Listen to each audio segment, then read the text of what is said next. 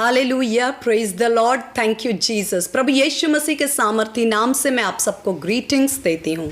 आज का ये वीडियो जो वचन का मैंने रिकॉर्ड किया, एक स्पिरिचुअल अर्जेंसी को महसूस करते हुए, और परमेश्वर का आत्मा हमारी सहायता करे मेरी बोलने में, हमें सुनने और समझने में। बहुत जल्दी समय को लेते हुए मैं आज आपसे बात करना चाहती हूँ प्रकाशित वाक्य उसके 20 अध्याय से भरमाने वाले के विषय में। हम सब ने एक कॉमन जो शब्द मसीही जीवन के, मसीही लोगों के डिक्शनरी में शामिल है, वो है इब्लीस, शैतान, वो पुराना सांप। और हम जनरली अपने लाइफ के ज़्यादातर घटनाएं, जो बुरी घटनाएं होती हैं, उसके साथ उसे जोड़ ही देते हैं, चाहे वो डायरेक्टली या इनडायरेक्टली रिस्पॉन्सिबल हो या ना हो, जिम्मेदार। जैसे कोई भी दुर्घटनाएं, बुरी बातें किसी भी विश्वासी के जीवन में या किसी भी मसीही के जीवन में हो, तो हम सबसे पहला हमें शैतान ने हमला कर दिया, या शैतान ने किया, या इस वर्ड को बहुत ही कॉमन, बहुत आराम से हम बोलते हैं। लेकिन आज मैं इसके कुछ बहुत ही बारीक और भेद भरी बातों को परमेश्वर की आत्मा की सहायता से आपके सामने खोलना चाहती हूं। सबसे पहली बात, जिसको हम इब्लीस या शैतान या पुराना सांप कहते हैं, उसका इंटरेस्ट किन बातों में है? क्या हमारा नौकरी चला गया तो ये उसने छीना?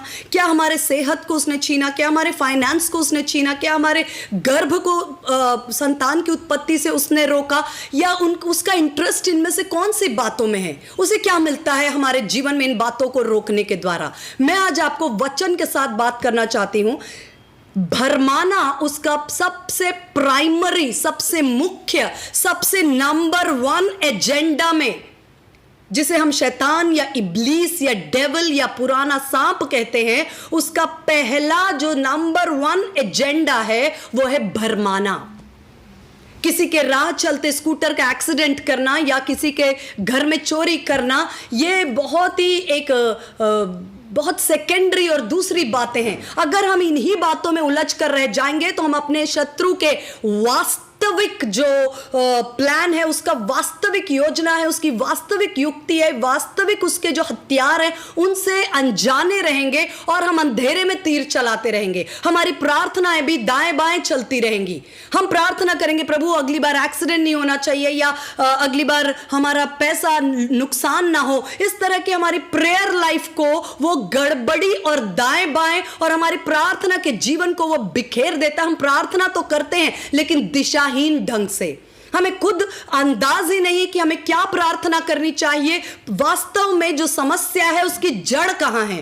क्योंकि यदि हम जड़ पे हमला ना करें, जड़ को ना काटे, पत्तों को कितना ही तोड़ते रहें, वो वापस हरा हो जाएगा, क्योंकि जड़ जीवित है। जिस दिन आपने जड़ पे हमला किया, जड़ को खत्म किया, उस दिन पत्ते भी समय के साथ सूख जाएंगे और वो बातें हमारे जीवन से हम एक आजादी को महसूस करेंगे। परमेश्वर का आत्मा हमारी सहायता करे कि हम किसी भी बात को अपने मन, विचार, सोच विचार के साथ नहीं, परमेश्वर के वचन के तराजू में रखकर, परमेश्वर के वचन के रेफरेंस में, परमेश्वर के वचन के अनुसार हम बात करें। हम बहुत, मैंने कहा, हमारे जीवन की डिक्शनरी में, मसीहों के डिक्शनरी में ये नाम ऐसा शामिल है, शैतान, हर बात पे शैतान। आज मैं आपके साथ बताना चाहती हूं प्रकाशित वाक्य उसके 20 अध्याय से। जैसे मैंने आपको कहा, ये उसका जिसको हम इब्लीस या शैतान कहते हैं, उसने अपनी डायरी में अपने जीवन का सबसे पहला उद्देश्य विश्वासियों के विरोध में क्या रखा है। उसको आपके बैंक बैलेंस से और आपकी चलती गाड़ी से, आपकी दूसरी बातों से कहीं अधिक उसने अपना नंबर 1 एजेंडा, सबसे मुख्य उद्देश्य रखा है भरमाना, क्योंकि उसका काम ही भरमाना है। जब प्रकाशित वाक्य कहता है अंत में जो 5 बातें होंगी जो आग की झील में फेंकी जाएंगी, उसमें मृत्यु भी होगा, 2 लोग भी होगा, उसमें झूठा भविष्यद्वक्ता भी होगा, उसमें ये अजगर भी होगा। हर किसी का अपना अपना रोल है, अपना अपना काम है। अजगर का अपना काम है, झूठे भविष्यद्वक्ता का अपना काम है, मृत्यु का, अधिलोक का, सबना अपना अपना काम है। वो अपने अपने उद्देश्य पर चलते हैं। लेकिन हम उनका उद्देश्य को यदि नहीं समझते तो हम इन 2 कुरिन्थी 2:11 में लिखा है, उस दुष्ट की युक्तियों से अनजान ना रहो। अगर हम उसकी युक्तियों से अनजान रहेंगे, हम कभी भी सही रीति से, सही ढंग से प्रार्थना या सही ढंग से आत्मिक युद्ध या अपने जीवन को सही पटरी पर नहीं ला पाएंगे।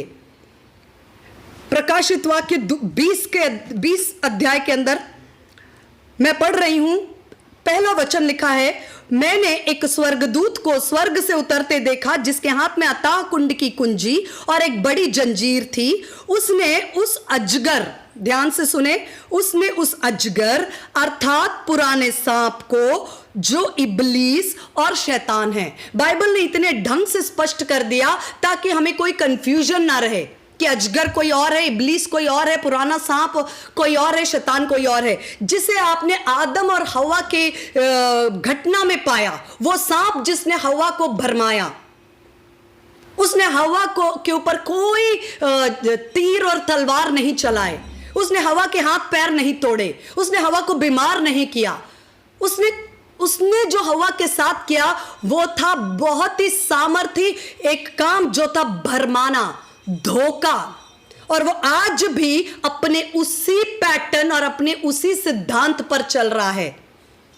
उस पुराने सांप ने हवा को जब गिराया, उसने जो सिद्धांत इस्तेमाल किया वो था परमेश्वर के वचन को तोड़ मरोड़ कर उसे धोखा और भरमाना।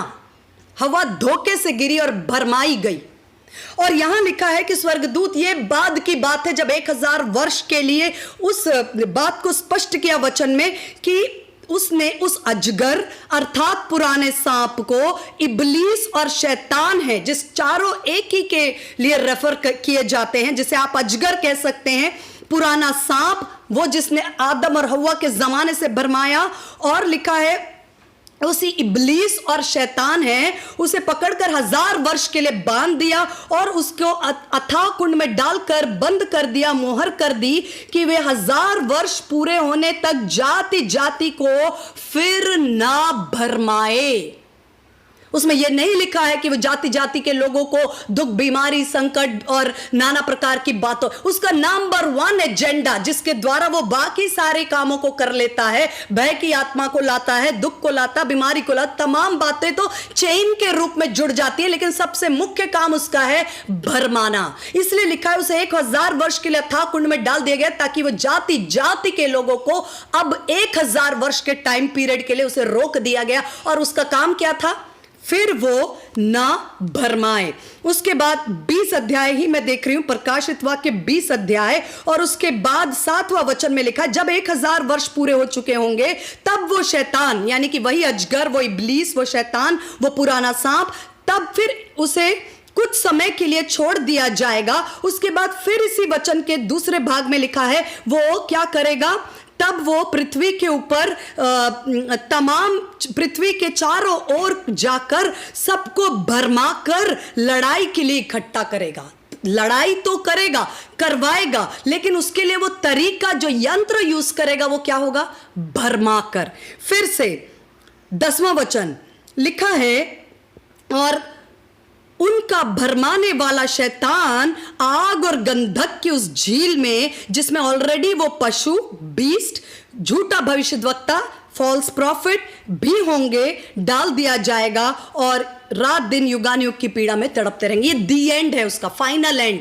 ये अभी नहीं है, ये वो 1000 वर्षों के बाद भी कुछ समय के लिए उसे खोला जाएगा, फिर वो अपने ही रोल में, क्योंकि मैंने बताया ये 5 लोग हैं जो आग और गंधक में सदा काल के लिए मृत्यु के हवाले करेंगे। उसमें ये झूठा भविष्यद्वक्ता, ये पशु जो बीस्ट है, फॉल्स प्रॉफिट है, और ये अजगर भी होगा, और वो अधोलोक भी होगा, और मृत्यु, स्वयं मृत्यु भी आग और गंधक की झील में हमेशा के लिए तड़पने के लिए फेंक दी जाएगी। उसमें से ये 5 लोगों में एक है अजगर, और हर किसी का अपना अपना काम है। इसका काम मुख्यतः, जो मैंने तीनों वचन से आपको सिद्ध किया, कि उनका भरमाने वाला शैतान आग की झील में डाला जाएगा। भरमाने वाला, उसका मुख्य काम है हमारे माइंड को, जो हमारे आत्मा को हमारे शरीर के साथ जो कनेक्ट करने वाला एजेंट है, जो हमारा दिमाग भी कह सकते हैं, हमारे माइंड को, माइंड कंट्रोल सिस्टम, हमारे माइंड को हमारे सोच और विचार पर कब्जा लेने के द्वारा वो भरमाता है। और भरमाने के लिए जो मुख्यतः हमारे 5 इंद्रियां हैं, मैं आज बहुत भेद की बातों को आपके सामने खोलने जा रही हूं। परमेश्वर का आत्मा मुझे बोलने में और आपको समझने में सहायता करे। 5 कौन सी हमारी मुख्य इंद्रियां हैं भरमाने के लिए, जिसे वो इस्तेमाल कर सकता है, लेकिन एक इंद्री है जिसमें वो फेल हो जाता है। हमारी 5 ज्ञान इंद्रियां, जिसको हम 5 सेंस ऑर्गन्स कहते हैं, देखना, सुनना, सूंघना, स्पर्श और चखना। इंग्लिश में sight, ears for hearing, touch, taste, smell. ये 5 ज्ञानेंद्रियों को ही वो इस्तेमाल करता है हमें भरमाने के लिए, क्योंकि यही 5 सेंस ऑर्गन से हमारा माइंड के साथ हम कम्युनिकेट करते हैं, या हमारा माइंड जो है वो संसार के साथ, ये 5 गेट्स हैं, ऐसा समझ लीजिए। मैं पिछले एक सीरीज में भी गेट्स के विषय में बात कर रही थी। ये 5 द्वार हैं जिससे हम संसार के साथ अपनी बातों को कम्युनिकेट करते हैं, या संसार की बातों को हम अपने अंदर लेते हैं, अपने अंदर की बातों को बाहर कम्युनिकेट करते हैं, और बाहर की बातों को अंदर लेने के लिए ये 5 सेंस ऑर्गन्स या ज्ञान इंद्रियां हैं।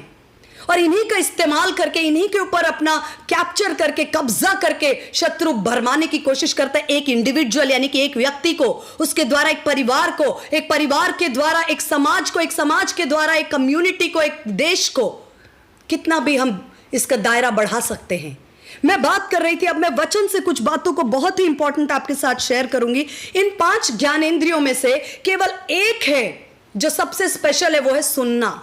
यही वो बात है जहां वो फेल हो जाता है और उसका धोखा नहीं चलता। इस विषय को मैं अपने मन से नहीं, मैं आपके साथ यूहन्ना 10 अध्याय पे बात करूंगी, क्योंकि इस विषय पर मैं बहुत बार मैंने इस विषय पर मनन किया।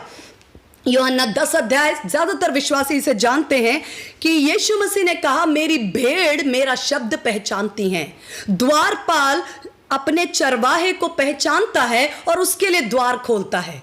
और जो चरवाहा नहीं होता वो क्या होता है, द्वार से नहीं आता, वो कहीं और से गलत रास्ते से चढ़कर, जैसे हमारे घर में भी चोर और डाकू जो है वो कोई भी शीशा तोड़कर, खिड़की से और हर एक गलत रास्ते को अपनाकर हमारे घर के अंदर आ सकते हैं। लेकिन जो घर का मालिक होगा वो बिल्कुल जेंटल और बहुत ही एक कॉन्फिडेंस के साथ वो नॉक करेगा और खटखटाएगा, और खटखटाने के द्वारा उसके लिए बहुत ही इज्जत और आदर के साथ वो द्वार खोला जाएगा और वो बहुत सम्मान के साथ प्रवेश करता है। क्यों? क्योंकि वो मालिक है। लेकिन चोर और डाकू, इन विषयों को यीशु मसीह ने डिस्कस किया। मैं हमेशा इस बात को सोचती थी कि मेरी भेड़ें मेरा शब्द पहचानती हैं और मेरा शब्द सुनकर वो मेरे पीछे होंगी। ऐसा क्यों लिखा है? ऐसा क्यों नहीं लिखा है कि मेरे भेड़ें मुझे पहचानती हैं? जनरली हम तो अपने लोगों को देखकर पहचानते हैं ना। ऐसा नहीं लिखा है कि मुझे देखकर द्वारपाल खोलता है, या मेरी भेड़ें मुझे देखकर मेरा पीछे चलती हैं। लिखा, मेरी भेड़ मेरी शब्द पहचानती हैं, मेरी भेड़ मेरी शब्द को पहचानती हैं। ये जो सुनना है, ये सबसे पावरफुल, ये सबसे सामर्थी गेट है, और जिसके द्वारा हम परमेश्वर की आवाज को अपनी आत्मा में लेते हैं और अपनी आवाज को परमेश्वर की आत्मा तक पहुंचाते हैं, और इसमें शत्रु धोखा खाने में नाकामयाब है। इस बात को मैंने वचन से पाया। मैं आपके लिए पढ़ रही हूं। यीशु मसीह स्वयं कहते, मैं तुमसे सच सच कहता हूं कि जो कोई द्वार से भेड़शाला में प्रवेश नहीं करता, परंतु किसी और तरह से चढ़ आता है, वह चोर और डाकू है। चोर और डाकू है। जो हमारे दूसरे ज्ञान इंद्रिया यानी कि धोखे के द्वारा हमारे जीवन में प्रवेश करते, वो चोर और डाकू हैं। लेकिन जो हमारा सच्चा चरवाहा है, वो क्या लिखा है? प्रकाशित वाक्य 3:20 में लिखा है, देख मैं द्वार पर खटखटाता हूं। वो हमारा मालिक है, वो हमारा सृष्टिकर्ता है। उसने ही मुझे और आपको रचा है, उसने ही मुझे और आपको अपने स्वरूप और समानता में सिरजा है। लेकिन फिर भी वो अपने अधिकार का दुरुपयोग करते हुए मेरे और आपके जीवन में जबरदस्ती नहीं आता। वो बहुत शांति से, चाहे उसको द्वार खटखटाने में सालों लग जाएं। आत्मिक द्वार होते हैं। द्वार आत्मिक भी होते हैं, भौतिक भी होते हैं। आत्मिक जगत में जो द्वार होते हैं, ये 5 जो ज्ञानेंद्रियां हैं, ये आत्मिक जगत के द्वार हैं। और आत्मिक जगत में कई द्वारों का वर्णन बाइबल में लिखा है। यीशु मसीह ने कहा, द्वार मैं हूं, मेरे द्वारा पिता तक पहुंचा जा सकता है। कैसे एक इंसान को पार करेंगे आप? एक इंसान के अंदर से कैसे नहीं? आत्मिक द्वार है यीशु मसीह। पिता तक आत्मा में प्रवेश करने का कानूनी लीगल अधिकार है। एक चाबी जो हमें दी गई है, एक एक्सेस, एक अधिकार, पुत्र होने का अधिकार, जिसके द्वारा हम पिता तक पहुंच सकते हैं। एक कानूनी और एक स्पष्ट रास्ता जो परमेश्वर ने दिया, वो यीशु मसीह है। और किसी और ढंग से आत्मिक जगत में जो लोग पहुंचकर उसमें आत्मिक जगत के अंदर खलबली मचाते हैं, हैं और नाना प्रकार के आशीषों को पाने की कोशिश करते हैं कि मुझे ये पैसा चाहिए, इज्जत चाहिए, नाम चाहिए। वो जादू करना पड़े, चाहे टोना करना पड़े, चाहे तंत्र करना पड़े, चाहे मंत्र करना पड़े, ये सब चोर और डाकू हैं जो आत्मिक जगत में प्रवेश करते हैं बिना द्वार यीशु मसीह के। वचन में लिखा है कि परंतु वो सब चोर और डाकू हैं जो द्वार से भीतर प्रवेश करता। भेड़ों का चरवाहा वो है, मालिक वो है, ओनर वो है। उसके लिए द्वारपाल द्वार खोलेगा सम्मान के साथ, और भेड़ें उसका शब्द सुनती हैं। वो अपनी भेड़ों को नाम लेकर बुलाता है। यशाया में लिखा है, मैंने तुझे नाम लेकर पुकारा है, मैंने तुझे नाम लेकर तुझे चुनकर अलग किया है। वो भेड़ों को पहचानता है और भेड़ उसका शब्द पहचानती हैं। यह नहीं लिखा है कि भेड़ उसे देखकर, क्योंकि देखने में धोखा हो सकता है। इन बातों को भी मैं वचन के साथ आपके साथ बांटूंगी। लिखा है, जब वो अपने भेड़ों को बाहर लाया जाया करे और बाहर लेकर आता है, तब उनके आगे चलकर उनको चारा मिलता है। चरवाहे के पीछे चलने से जीवन मिलता है, चारा मिलता है। लेकिन लिखा है क्योंकि वे उसका शब्द पहचानती हैं, सुनना लिखा। लेकिन पराये के पीछे वो नहीं जाती, पराये का शब्द वो नहीं पहचानती। स्पष्ट है कि जो पराया व्यक्ति होगा वो ज्योतिर्मय स्वर्गदूत का भेष धर सकता है, वो हमारी आंखों को धोखा दे सकता है, वो हमारे स्पर्श को धोखा दे सकता है, वो हमारे टेस्ट को धोखा दे सकता है। कोई आशीष मुझे मिल गई, हो सकता है कि वो मुझे धोखा दे दे कि ये आशीष परमेश्वर ने दी है। वो मेरे सूंघने को धोखा दे सकता है, लेकिन वो मेरे कानों को धोखा नहीं देगा, क्योंकि वचन कहता है कि वे पराये के शब्द को पहचानती हैं। मैं आपके साथ बताऊंगी वचन से कैसे कि हम शब्द को पहचानते हैं। उसने कहा, ये बहुत इंपॉर्टेंट बात यीशु मसीह ने कहा कि ये 6वां वचन 10:6, यीशु ने उनसे यह दृष्टांत कहा, परंतु वे न समझे कि वे ये क्या बातें हैं जो वह हमसे कहता है। वो नहीं समझ पाए। यीशु मसीह ने उनसे बहुत एक सामर्थ्य भेद और एक दृष्टांत को ओपन किया, लेकिन वो उस समय नहीं समझ पाए। लेकिन आज पवित्र आत्मा, और धीरे से जब शिष्यों ने भी पवित्र आत्मा पाया, उन इन भेदों को समझ पाए, क्योंकि वचन के खुलने से पवित्र आत्मा की ज्योति से प्रकाश होता है। आज वो समझ नहीं पाए यीशु मसीह क्या कहना चाहता है। यीशु मसीह एक बहुत पावरफुल और सामर्थी और इशारा कर रहे थे कि सावधान रहो, भरमाने वाला वो चोर और डाकू है, वो भरमाएगा। वो आपके गेट्स, जो आपके देखने का गेट है, जो आपके चखने का गेट है, जो आपके सूंघने का गेट है, स्पर्श का गेट है, इसमें धोखे से वो प्रवेश कर सकता है। और लिखा है, चोर किसी और काम से नहीं आता। फिर अगर उसने हमारे इन गेट्स के ऊपर कब्जा किया और वो हमारे जीवन में आ जाता है, फिर लिखा है, चोर किसी और काम से नहीं, लेकिन वो चोरी करेगा, घात करेगा, नष्ट करेगा। मेरे जीवन को नष्ट कर सकता है, परिवार को। फिर आप जिन बातों को कहते हैं कि एक्सीडेंट के द्वारा, या हमारे सेहत में, हमारे फाइनेंस में, हमारे जॉब में, हमारे परिवार में, हमारे लोगों में, वो ये सारी जो वचन लिखा है कि वो चोरी करेगा, घात करेगा और हमारी आशीषों को नष्ट करेगा। लेकिन वहां तक पहुंचने से पहले वो भरमाएगा, क्योंकि भरमाने के द्वारा ही उसके लिए हमारे जीवन के गेट्स खुल जाएंगे। और जब गेट्स खुल जाएंगे, वो हमारे जीवन में प्रवेश करेगा। प्रवेश करने के बाद चोरी से वो जब आ जाएगा, तब वो चोरी करेगा, घात करेगा और नष्ट करेगा। लेकिन इन कामों से पहले वो भरमाएगा। एक जगह है वो फेल हो जाएगा, वो है आवाज में।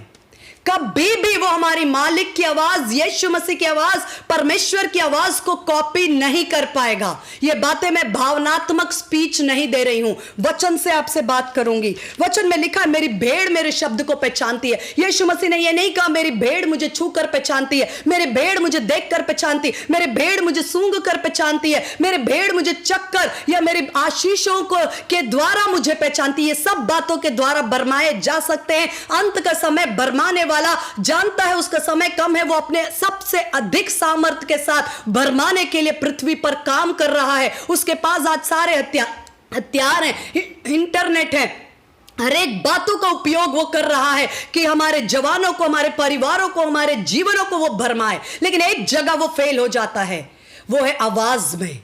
वो है आवाज में, क्योंकि जब कभी शत्रु ने परमेश्वर की आवाज को नकल करने की कोशिश की, वहीं वो फेल हुआ। मेरे साथ आप खोलिए प्रेरितों की पत्री उसका 12 अध्याय, प्रेरितों की पत्री 12 अध्याय और उसका 22 वचन मैं आपके लिए जल्दी से पढ़ूंगी ताकि मैं कम समय में आपके साथ ज्यादा बातों को बांट सकूं। प्रेरितों की पत्री, प्रेरितों के काम उसके 12 अध्याय के 22 वचन में, जब हेरोदेस जिसने जेम्स को मरवा डाला और पतरस को मरवाने की कोशिश की, लेकिन कलीसिया की प्रार्थना की वेदी ने पतरस को उसके मृत्यु के हाथों से छुड़ाया। उसके बाद लिखा है, ठहराए हुए दिन हेरोदेस राजवस्त्र पहनकर सिंहासन पर बैठ गया और उनको व्याख्यान देने लगा। ही गेव एन ओरेशन, वचन में लिखा है कि He took his royal apparel and he gave oration. उसने एक व्याख्यान, एक स्पीच दिया। राजसी वस्त्र धारण के सिंहासन पर बैठ गया मानो वही परमेश्वर हो। और लोगों ने धोखे में आकर उन्होंने कहा, उसी समय लोग पुकार उठे, यह तो मनुष्य की नहीं परमेश्वर का शब्द है। लोगों ने पुकारा, ओ हेरोदेस द ग्रेट, हेरोदेस राजा जो खूबसूरत वस्त्र, सिंहासन पर राजा है, सिंहासन का अधिकारी है, ऐसा व्याख्यान, ये तो मनुष्य की नहीं परमेश्वर की आवाज लगती है। जिस समय उन्होंने ये बोला उसी समय 24 वचन में लिखा है, परंतु परमेश्वर का उसी क्षण 23 वचन में, प्रभु के एक स्वर्गदूत ने तुरंत उसको मारा क्योंकि उसने परमेश्वर की महिमा न की और वह कीड़े पड़कर मर गया। कीड़े पड़कर वही मर गया। परमेश्वर ने उसे इतना समय भी नहीं दिया कि वो अपने घर में जाकर महल में इज्जत से मरे। वहीं पर एक दूत उतरा और उसे इस तरह मारा। क्यों? क्योंकि उसने परमेश्वर की आवाज की नकल करने की कोशिश की और लोगों को भरमाया और लोगों ने पुकार कर कहा, यह तो परमेश्वर की आवाज है, मनुष्य की नहीं। जबकि हेरोदेस झूठ बोल रहा था, भरमा रहा था, हत्यारा था। और जैसे ही लोगों ने उसे परमेश्वर की आवाज कहा, स्वर्गदूत उतरा, वही उसी समय जजमेंट हुआ, न्याय हुआ और उसे मार दिया गया। और न केवल वो मरा, लिखा है एक दूत ने उसे मारा क्योंकि उसने परमेश्वर को महिमा नहीं दी, उसने परमेश्वर के स्थान को अपने आवाज से लेने की कोशिश की। लिखा है कि वह कीड़े पड़कर मर गया। शत्रु बहुत डरता है, परमेश्वर की आवाज को कॉपी करने से वो डरता है, तुरंत उस पर जजमेंट आता है। और मेरी भेड़ें मेरा शब्द पहचानती। कैसे पहचानेंगे हम उसका शब्द? आज इतनी आवाजें हैं, इंटरनेट है, यूट्यूब है और तमाम प्रकार की आवाजों में। मैं आपको इसहाक के बारे में बताना चाहती हूं। इसहाक के विषय में उत्पत्ति के 27 अध्याय में, जेनेसिस 27 चैप्टर में, मैं वो सारे वचन नहीं खोलूंगी, लेकिन आपको यदि वाकई में परमेश्वर के वचन को आप गंभीरता से सुनना और सीखना चाहते हैं, आप नोट करिए और इन बातों को पढ़िए। उत्पत्ति की पुस्तक उसका 27 अध्याय में जिक्र है किस तरह इसहाक अब्राहम का बेटा, जब वो बुजुर्ग हो गया, उसकी आंखें धुंधली हो गई। उसने कहा अपने प्रिय बेटे इसाव को, पहला बेटा था इसाव और वो बहुत अच्छा हंटर था, बहुत शानदार वो शिकार करता था और शिकार से बहुत अच्छा खाना पकाता था और उसका पिता उससे आनंदित था। उसने सोचा ये बेटा मुझे बढ़िया खिलाता है, आशीर्वाद तो मैं इसी को दूंगा। लेकिन परमेश्वर की दृष्टि में वो ठहरा हुआ व्यक्ति नहीं था। और उसने इसहाक ने अपने बेटे से कहा, देख मेरी आंखें धुंधली हो गई, एसाव मेरे प्रिय पुत्र, जा जंगल में एक बढ़िया शिकार करके ला और पका और मुझे खिला, मैं तृप्त होकर तुझे आशीर्वाद दूं। आप देखना इस अध्याय में पूरे पांचों के पांचों ज्ञानेंद्रियों का इस्तेमाल करके, पांचों के पांचों ज्ञानेंद्रियों का इस्तेमाल हुआ है। लेकिन 4 जगह एसाव धोखा खाया। एक आवाज में एसाव, 4 जगह इसहाक धोखा खाया, सिर्फ आवाज में उसने पहचान लिया। आप जानते हैं ये वचन, आप 27 अध्याय उत्पत्ति की पुस्तक उसके 27 अध्याय के अंदर ये बातों का जिक्र है कि किस तरह से पहला वचन कहता मेरी आंखें तो धुंधली हैं। 11 वचन में जब रेबेका अपने बेटे याकूब से कहती है तेरा भाई तो गया है शिकार करने, आ मैं जल्दी से, तू अपने घर के पले हुए बछड़े को मैं तेरे लिए पकाऊं, तू अपने पिता के पास जा और वो आशीर्वाद जो उसके हृदय में तू ले ले। वो कहता है मम्मी मेरा भाई और मैं बहुत अलग हैं। उसका जो स्किन है ना, मेरे पिता हाथ लगाएगा वो रोआर पुरुष है और मैं बहुत चिकना हूं, मेरे शरीर में बाल नहीं। उसकी खुशबू जो मेरे भाई की है ना, वो एक हंटर की, एक शिकारी की खुशबू है। मैं तो ये घर में आपके साथ रहता हूं, ममास बॉय हूं, माँ का बेटा, हर समय आपके साथ साथ रोटी बनाना और काम करना। मैं वो खुशबू कहां से लाऊं?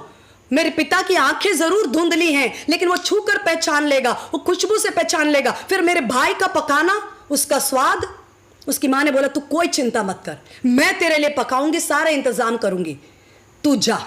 और उसकी मां ने क्या किया, एक बकरी के बच्चे के बाल को लेकर उसके हाथों पर, उसके गले पर लगा दिया। याकूब के आंखें तो धुंधली थी ही, इसहाक की। हाथ से जब उसने स्पर्श किया याकूब को, उसने बोला तू इतनी जल्दी कैसे ले आया शिकार? उसने बोला बस तेरे परमेश्वर ने जल्दी दिला दिया पिता, अब तू जल्दी से खा और मुझे आशीर्वाद दे। तो पिता को शक तो हो गया, उसने कहा इधर आ, मैं तुझे छू कर देखूं। जैसे ही उसने याकूब, मैं कहानी नहीं सुना रही हूं, उत्पत्ति की पुस्तक 27 अध्याय को आप फॉलो करें, 1 से लेकर के लगभग 22-23 वचन तक लिखा है कि तू मेरे पास आ, छू कर देखा। हाँ, हाथों में बाल भी हैं, क्योंकि रेबेका, याकूब की मां ने उसके हाथों पर बकरी के बाल लगा दिए। फिर उसने कहा खाया, ला मेरे पास, स्वाद भी बिल्कुल मेरे बेटे के समान। उसकी मां ने कॉपी करके स्वाद। फिर उसकी मां ने, रेबेका ने एसाव के कपड़े याकूब को पहना दिए। तो उसके पिता ने बोला आ मैं तुझे चूमूं। पास आया तो उसने खुशबू लेने की कोशिश की, सुगंध।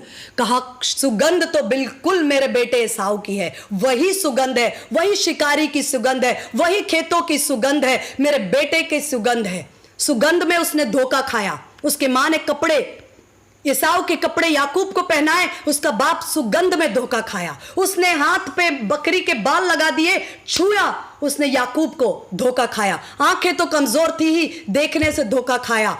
उसके बाद स्वाद, जब उसने वो शिकार का मीट खाया, उसकी मां ने जो बनाया, उसे लगा ये तो एसाव का ही बिल्कुल वही रेसिपी है, वही तरीका है, वही टेस्ट है। खाने में धोखा खाया, चखने में, ये चारों जगह धोखा खाया। एक स्टेटमेंट उसने बहुत सामर्थी बोला, मैं आपको वो जरूर पढ़ूंगी, समय कम है फिर भी। उत्पत्ति उसका 27 अध्याय में लगभग आप 27 वचन तक, 1 से 27 तक फॉलो करें, उसमें सारे ज्ञानेंद्रियों के वचन है। लिखा है उसके 22 वचन में, बोल तो याकूब के हैं, इंग्लिश में लिखा है this is the voice of Jacob, आवाज तो जेकब की है, खुशबू लेकिन धोखा हो गया एसाव की है।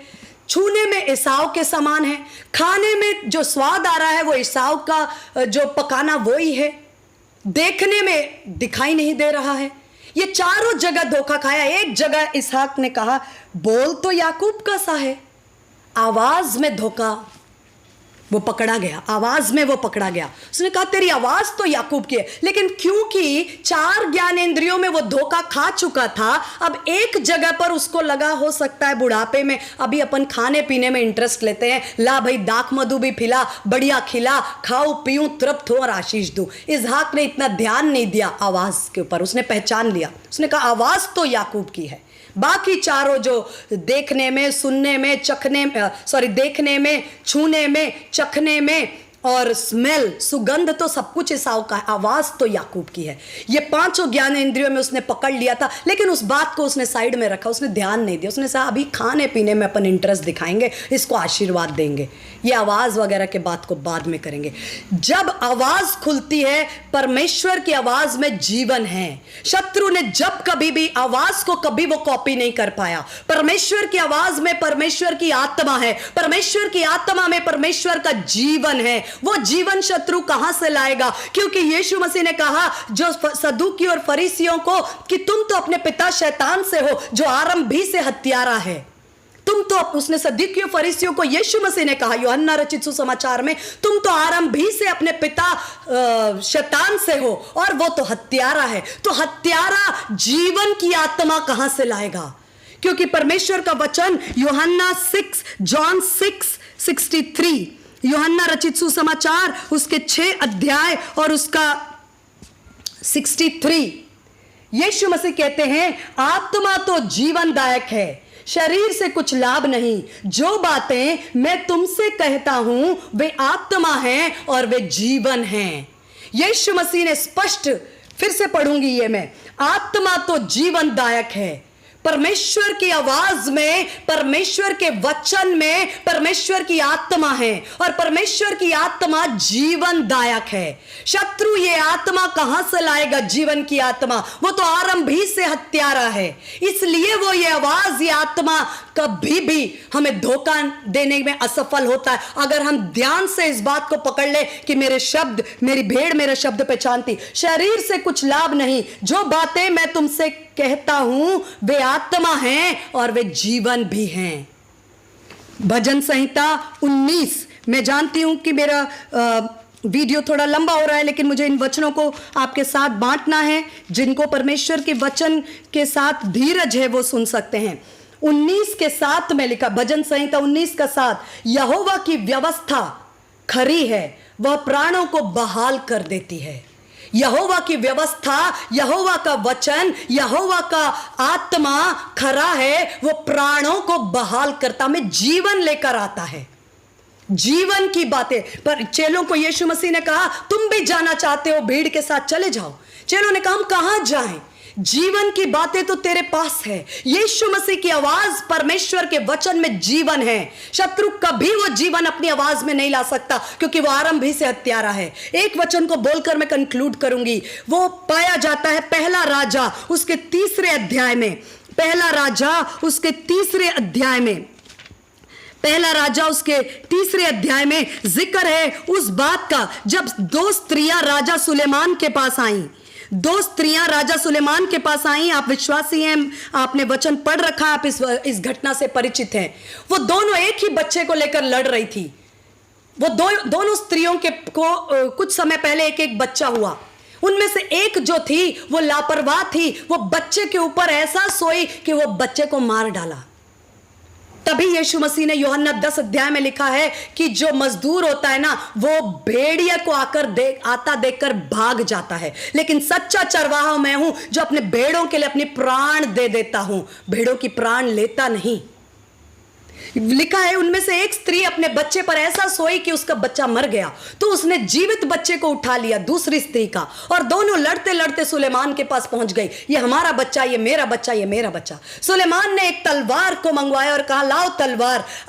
तलवार जो है परमेश्वर का वचन है, और वो हमेशा सत्य को प्रकट करेगा।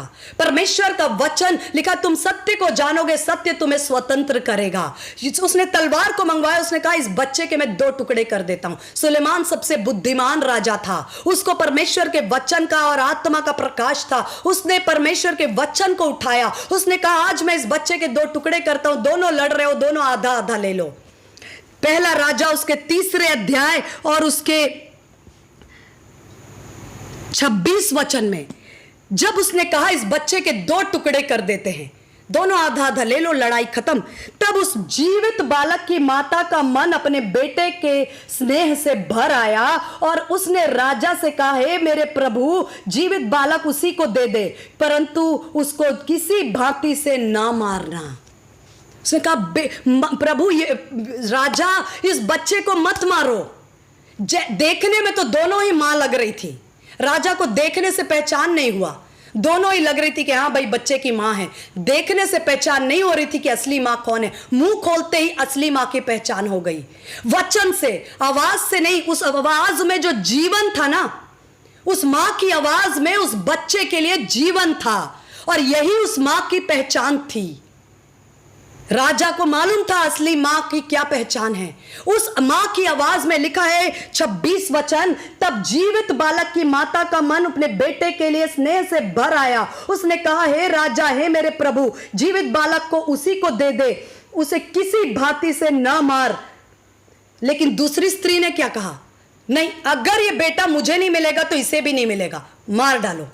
जो मुझे नहीं मिला वो इसे भी नहीं मिलेगा। यीशु मसीह ने इसी को कहा कि वो मजदूर होगा, वो चोर है, वो डाकू है, वो धोखा देने वाला, वो भरमाने वाला है, जो भेड़िया को आते देखकर तुम्हें मरने के लिए छोड़ देगा, लेकिन सच्चा चरवाहा अपने भेड़ों के लिए अपने प्राणों को देगा। वो अपने भेड़ों की प्राणों की रक्षा करेगा। यहां इस मां ने, जो सच्ची मां थी, उसकी आवाज में जीवन था। उसने कहा, मत मारो बच्चे को, भले बच्चा मुझसे दूर रहे, भले बच्चा उसी को दे दो। वही पालेगी। मैं अपने बच्चे से दूर रह सकती हूं, लेकिन मैं उसकी मृत्यु नहीं देख सकती। हो सकता है राजा उस मां को मरवा देता, लेकिन उसने कहा मैं भले मर जाऊं लेकिन मेरा बच्चा जीवित रहना।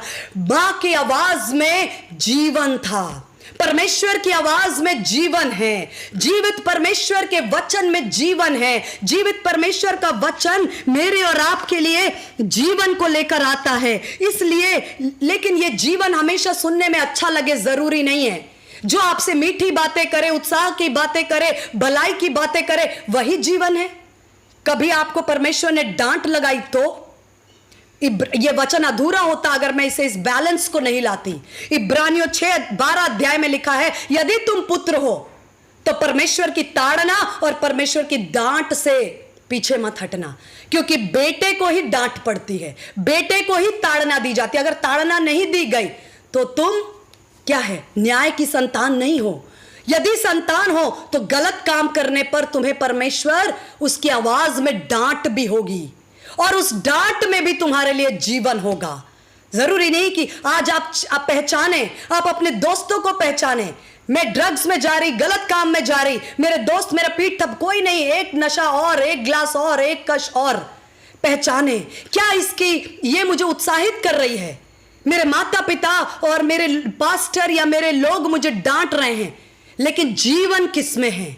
जीवन ही पहचान है सच्ची आवाज का। आपके साथ प्रेम भरी बातें करने वाला हर व्यक्ति आपको जीवन में नहीं लेकर जा रहा है। परमेश्वर के वचन इब्रानियों 12:6 में लिखा, परमेश्वर की डांट में भी जीवन है। लिखा उस डांट की अधीनता में रहो और जीवित रहो। और लिखा है नीति वचन 6:23 में पढ़कर आपके लिए कंक्लूड करूंगी। नीति वचन उसका 6:23, सिखाने वाले की डांट जीवन का मार्ग है। डांट में भी जीवन है। जरूरी नहीं कि वो आवाज हमेशा आपको मीठी लगे, आपको प्यारी लगे, आपकी पीठ थपथपाए। आपको डांट भी हो सकती है, परमेश्वर की आवाज में डांट भी हो सकती है, लेकिन नीति वचन 6:23 कहता है, सिखाने वाले की डांट जीवन का मार्ग है। आज आवाज को पहचाने।